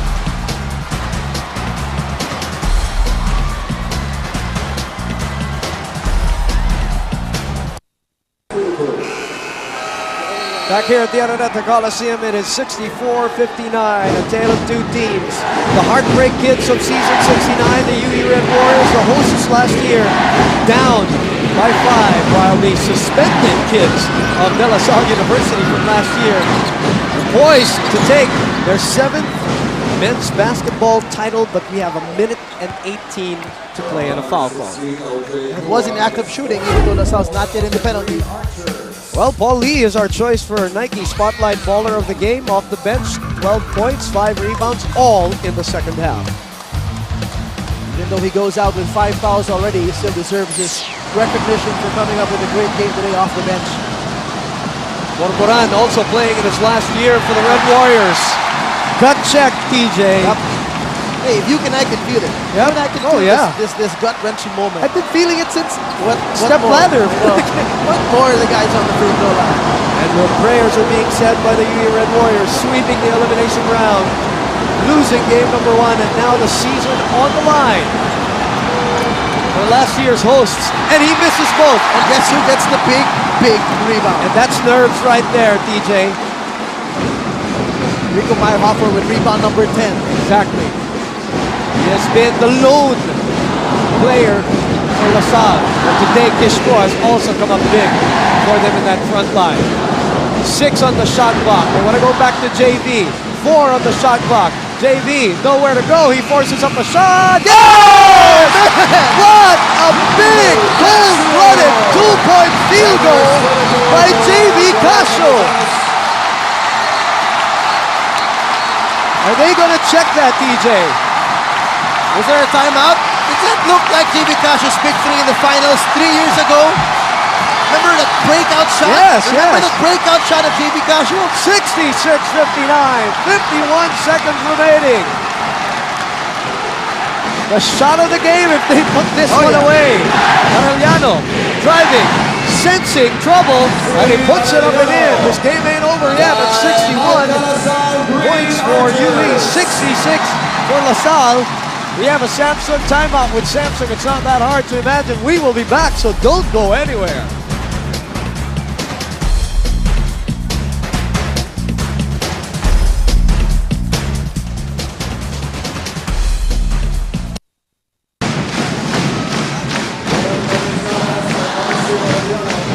Back here at the Araneta Coliseum in the Sea of Green, smelling a victory, although we still have 45.4 seconds remaining. Close to 19,000 people on hand at this historic venue, and another season almost at end. Can UE pull something out of their hats to come back? 5 points down, 45 seconds remaining. And a warning will be called. No, I think it's just a warning. The players want the technical, but a warning will be called for delay of game. They haven't gotten a warning. They saw what they were running on this inbounds play. Here we go. JV Castro getting the ball back. Yui, I think, trying to foul him. They do. JV Castro today, 14 points, 5 out of 14 from the field, and he is 2 out of 3 from the line. Hey, you know, I wonder, is it a little too early to foul? Let's see. Here's my question, TJ, as you ponder on that point. JV Castro was the guy who missed the free throw in that Yui LaSalle second the last round game, matchup. 14th win of UE that could have won it for LaSalle in regulation. He makes 2 of these. Probably will be retribution for him. I'm sure that's what he wants. 67-61. 3 out of 4 from the line for JV Castro. The 4th-year player for Coach Franz Pumarin. And the best that best free throw shooter at 78%. The best for De La Salle. And at 40.7 seconds, we have another Samsung timeout with Samsung. It's not that hard to imagine.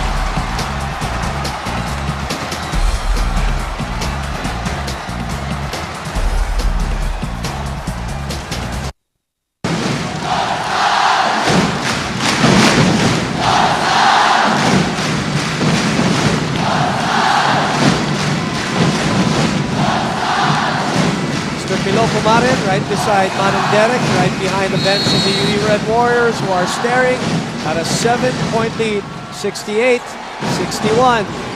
Mark Corporan doing the honors, sending it over to Marcy Arellano.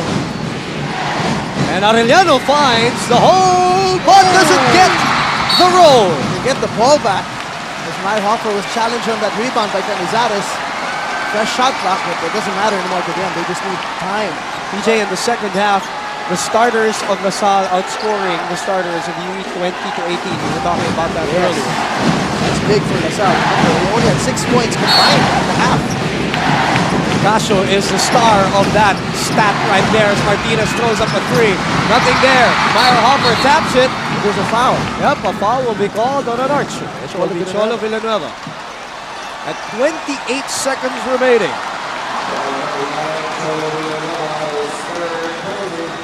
Again, thank you for watching us on Studio 23. Also on Sky Cable Channel 61 for the replays, and everybody all over the world via AMC Global and the Filipino channel. And boy, the half of the Araneta is roaring and stomping right now as Mark Corporan, who missed earlier, 0 out of 2 from the line, is trying to do it again. Makes this one. I don't want to be in that position. No. I'm happy to be here. There's no lonelier spot in the Araneta Coliseum than that spot right now for Mark Corporan. As the Archers are trying to cling on to each other and trying to cling on to a 6-point lead. Corporan misses. Espiritu. The tap going to Kua. And a foul is called right away by the UE Red Warriors. Espiritu had the rebound, had the ball in his hands, but he was falling down. Whether or not he was pushed or off balance, we don't know. We couldn't see. But he had the ball in his hands and just could not control that offensive rebound. Ball lands in the hands again, magically into the hands of LaSalle. Marcy Arellano falls or graduates from this game with 5 personal fouls. And the capacity crowd, or at least half of it here in the Big Dome, smelling something. 24 seconds remaining. De La Salle University looking for its 7th men's basketball title in what has been a highly exhilarating and dramatic season 70 of the UAAP.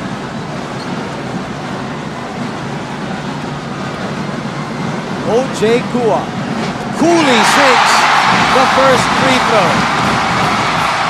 And this guy is a 29% shooter from that area. 69-62. 2 for 2 for O.J. Kua. 24 seconds, 8-point lead. TJ, your thoughts? Well, mathematically it's still possible, but at the rate UE has been playing, at the rate their confidence has been going down here in the crunch, this looks like another magical championship for LaSalle. Corporan throws up a three. Cañizares puts it right back, and it's still no go. But a foul called. A foul called on the UE Red Warriors. Didn't I say a magical championship for LaSalle? Did you see those missed layups for UE? Did you see how those layups were missed? Crawling out of the rim. Yes. That layup of Cañizares, the layup earlier of Marcy Arellano. 70-62. 14.9 seconds remaining. How about the story of De La Salle University? Starting off strong with 3-0, and then meeting UE, they got blown out of the court. And then from there, they were looking like they were at number 4 or number 5 in the team standings, all of a sudden ending up with the second spot and the twice-to-beat advantage. Thanks to something that was not their doing, by Ateneo losing to NU. And now they are 14.9 seconds away from euphoria here at the Araneta Coliseum. Martinez puts up the shot with 8.4 seconds remaining. Meyerhofer will be fouled by Joel Cañizares and a 7-point lead for De La Salle University. Put in perspective, DJ, the campaign of the UE Red Warriors. They did history. They achieved history and tied history with a 14-0 sweep. At that point in the season, I was fortunate to be talking to Coach Nito Bumaren during their practices, and he said, what I'm glad to see in this team right now, regardless of the win-loss record, is the maturity that I was looking for in them 2 years ago. Regardless of the record, he saw the maturity and the composure he had from a team that he wanted 2 years ago. And he was content and happy with that. But suddenly, after the 14 straight wins, that maturity and composure just disappeared along with the elimination round record, the 14-0. And that will do it! That will do it! De La Salle University is the champion of the 70th season of your men's basketball competition of the UAAP. And they sweep the UE Red Warriors 2-0 via a 73-64 win in game number 2. And don't forget the dramatic part of this series. Coach Franz Bumaren teaching his younger brother a lesson or two in the finals about what it takes to have composure and heart in the finals, what it takes to bring that crowd back to your school. Pile them on. It is that group right there that has shown toughness, character, and mental fortitude and resiliency as Coach Franz Bumaren has led DLSU to the finals 8 out of 9 times for an 89% clip. It cannot get better than that. I don't think it can get any sweeter for LaSalle and for Coach Franz Bumaren the way nobody has beaten UE in this season after 14 tries. And again, they win when it mattered, in the season at least. Absolutely. And the celebration begins on a Sunday. 2-0 in the finals, and that, ladies and gentlemen, is your final score. 73-64. And we give all of these Green Archers their moment right now. Rico Meyerhofer, incredible rebounding for him with 11 rebounds. And what a season it has been for all of the schools here in the UAAP. Time now for our Sony HD Best Player of the Game. This player played in high definition all throughout. That's why we chose him. Cholo Villanueva, coming off the bench, 14 points, 3 rebounds, and 6 assists on 5 out of 9 shooting for the veteran, Cholo Villanueva.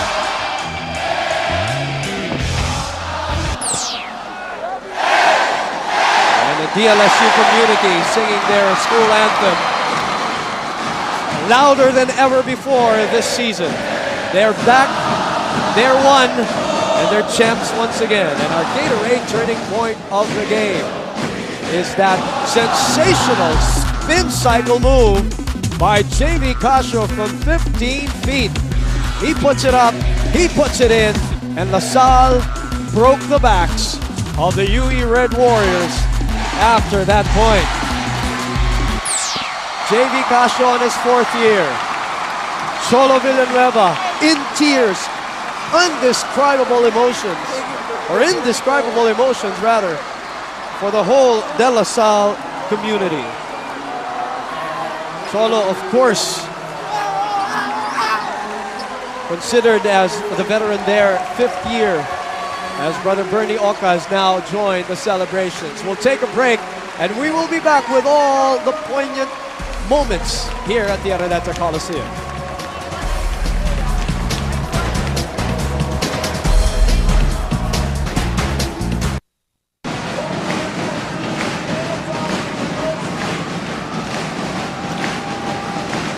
Well, we're back here at the Araneta Coliseum. The celebrations continue. Here at the Big Dome, I just heard that there are no classes tomorrow. DLSU, they've been announcing it. All right, let's go on the court with TJ Manotoc. TJ, who do you have with you? Let's go right now. I'm with Coach Franz Umaran. Coach, this has something that's been avoided so far during the series. Everything's been numbers, X's and O's. But how sweet or how bittersweet is this, Coach, winning it against your brothers, Derek and Dito? You know, it's so hard, but like what you mentioned, it's a bittersweet victory for me. You know, right now I can't even describe my feelings. You know, this is the first time that I felt this way since winning a championship. It's so hard going up against your brother, and of course, if only we can give the other half to UE, I think they really deserved it. They gave us really a good series, and they really played well the whole season. Coach, not only did you beat UE, a first-timer in the finals, you beat them on a historic season. They had a 14-0 sweep. History was riding high on them, and it broke their hearts. Well, probably the experience factor was very glaring. As we all know, this is the first time of the UE Warriors. If you notice it, even in the first few minutes, they look so tight, even in our first game. And we capitalized on that. Being veteran of many wars already in the UAAP, I think my players deserve the spotlight. Okay, one second. Congratulations, Coach. We'll go to Brother Bernie Oka of the LSU. Brother Bernie, congratulations, first of all. Could you have written a more perfect script for a fairy tale comeback for the LSU? Well, as we believe that there is a divine hand somewhere there, and we just followed his script, and just do that, you will triumph over any obstacle. What does this victory mean for the De La Salle community? You were suspended for a year, everybody missed you, you came back. On the back of your shirts, you had, "We're back for one," and now you're number one. Well, the important thing is that we wanted to show that even if we have been out for 1 year, we will be able to come back and do our best to show what we stand for. We stand for excellence, we stand for hard work, we stand for commitment, and working very hard to achieve our goals. That is all, and I think we were able to prove that De La Salle is a great university to be part of. Congratulations once again, Brother Bernie. Well said. Enjoy this one. Now we now turn over to Sharon with some other key players from LaSalle. Guys, we made it! Cholo, all throughout the game, you were consistent and creative player. Do you think there was anyone in the team who wanted this championship more than you?